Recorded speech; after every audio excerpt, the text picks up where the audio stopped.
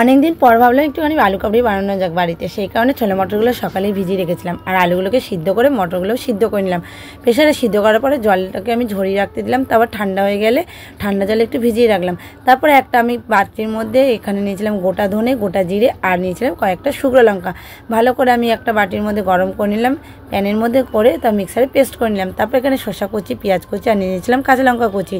তেঁতুলটা যেহেতু ছিল না, সঙ্গে সঙ্গে আনা হয়েছিল, তাই তেঁতুলটাকে আমি তখনই গুলে রেখেছি, গুলে নিলাম। তার উপরে ভাজা মশলা দিলাম একটু, আর দিয়ে দিয়েছিলাম একটু সামান্য নুন। ভালো করে মাখার পরে একটা বাটির মধ্যে আলুগুলোকে কেটে নেবো, কেটে ভালো করে ছাড়িয়ে ছোলা মটরগুলোকে মিক্স করে নেবো।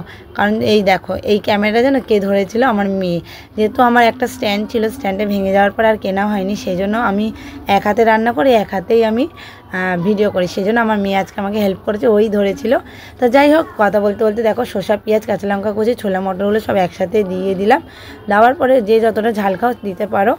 তারপর ওর মধ্যে একটু সামান্য নুন, ভাজা মশলা, সামান্য একটু লঙ্কার গুঁড়ো আর টক জল দিয়ে ভালো করে মেখে নিলাম। দেখতে হতো আমার এখনও জিভে জল চলে এসছে, কারণ আমি টক জাতীয় জিনিস খেতে খুবই ভালোবাসি। তো তোমরা কে কে ভালোবাসো কমেন্টে জানিও। তোমরা যদি খেতে চাও আমার বাড়ি ঝটপট করে চলে এসো। তো আজকের মতন টাটা, কালকে আবার নতুন একটি ভিডিও নিয়ে চলে আসবো। Bye bye.